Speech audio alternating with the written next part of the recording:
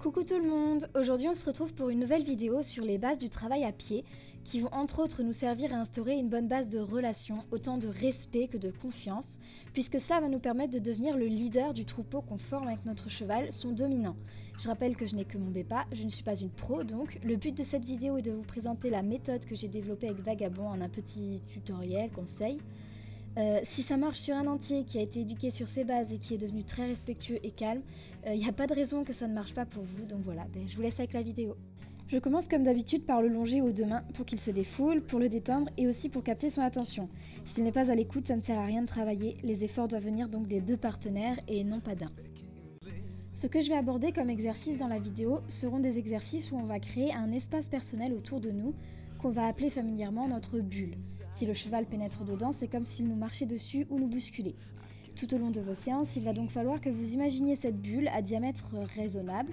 Au début, les séances peuvent être catastrophiques, je vous le dis en connaissance de cause, selon le cas que vous avez entre les mains. Surtout, il faut rester calme pour avoir un cheval calme, il ne faut pas s'énerver et il faut surtout essayer de comprendre avant tout et ne pas hésiter à adapter les exercices que je vais vous présenter et à essayer toutes les variantes que je vous propose.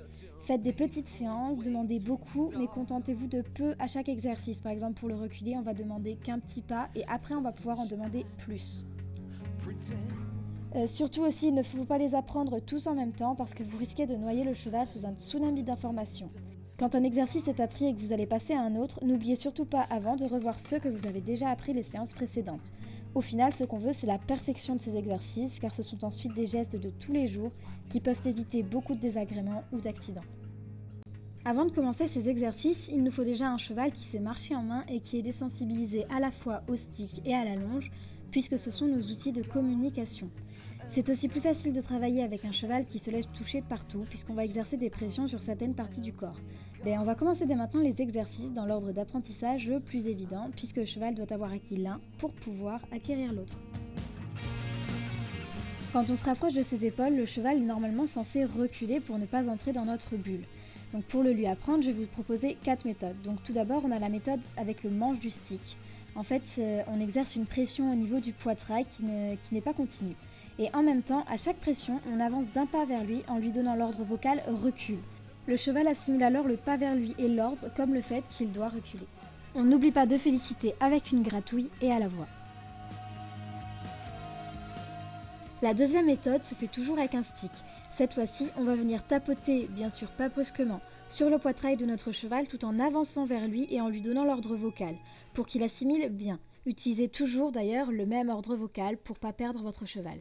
Félicitez à la voix et avec une gratouille. Pour la troisième méthode, pas besoin du stick mais de la longe. On va marcher face à notre cheval et à chaque pas, on va exercer une pression sur la longe tenue courte, comme si on voulait baisser le bout du nez sur le poitrail tout en lui donnant l'ordre vocal. On félicite à la voix et avec un gratte-gratte. Quatrième et dernière méthode, de nouveau avec la longe. On se place face au cheval et on fait une vague avec la longe de plus en plus vivement si le cheval ne réagit pas. Si au lieu de reculer, il avance, comme le fait Vagabond, on le remet à sa place. On refait de même en se plaçant plus près du cheval. Et pendant l'exécution, on n'oublie pas l'ordre et à la fin, on n'oublie pas les félicitations à la voix et au gratte-gratte.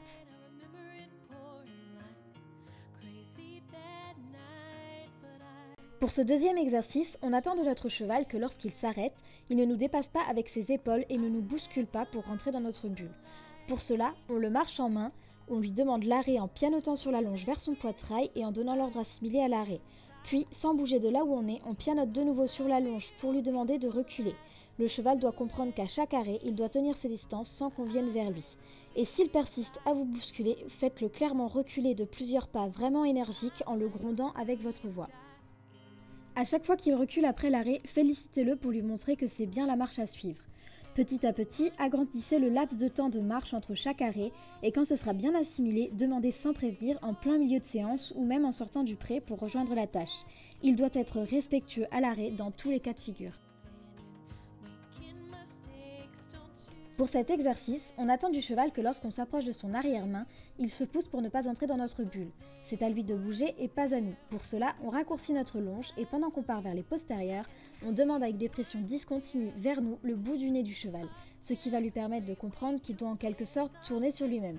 Avec notre autre main, soit avec notre doigt, soit avec le manche du stick, on va exercer une pression discontinue au-dessus du grasset, sur le flanc, tout en continuant de nous avancer et de demander le bout du nez. Petit à petit, on va arrêter de demander le bout du nez, mais on va garder la tête du cheval fixe pour qu'il ne s'échappe pas.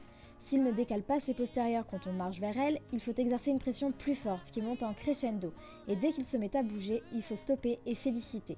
Bien entendu, pendant que le cheval exécute l'exercice, on répète un ordre vocal. Pour ma part, c'est « tourne ».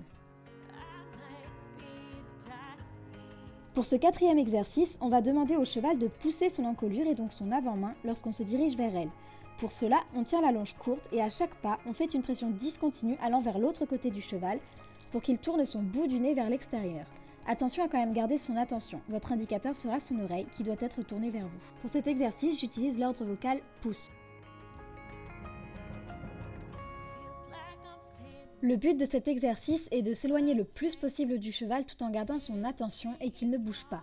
C'est un exercice vraiment difficile qui est d'ailleurs encore en acquisition pour nous. En plus de ça, le pauvre, j'étais obligée de le faire avancer pour vous montrer que lorsqu'ils avançaient, il fallait les remettre à sa place, alors ils ne comprenaient pas vraiment. Donc au début, n'allez pas plus loin que ce que le bout de votre longe vous permet. Avec du temps et du travail, vous pourrez vous balader vraiment partout autour de lui sans qu'il ne lâche son attention et bouge de sa place. Lorsque je fais cet exercice, je lui donne l'ordre vocal « reste » et comme vous pouvez voir sur la vidéo, je mets un doigt en l'air bien en évidence pour garder son attention et lui faire comprendre qu'à chaque fois que ce doigt est en l'air, c'est qu'il ne doit pas bouger. C'est pourquoi d'ailleurs je fais de même quand je demande l'arrêt.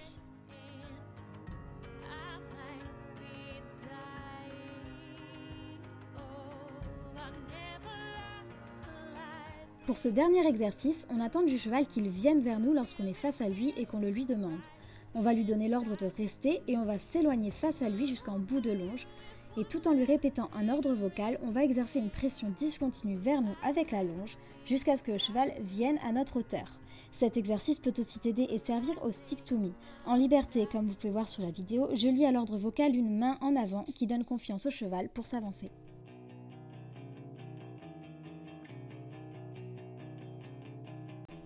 Voilà, cette vidéo est terminée, j'espère qu'elle aura pu vous être utile.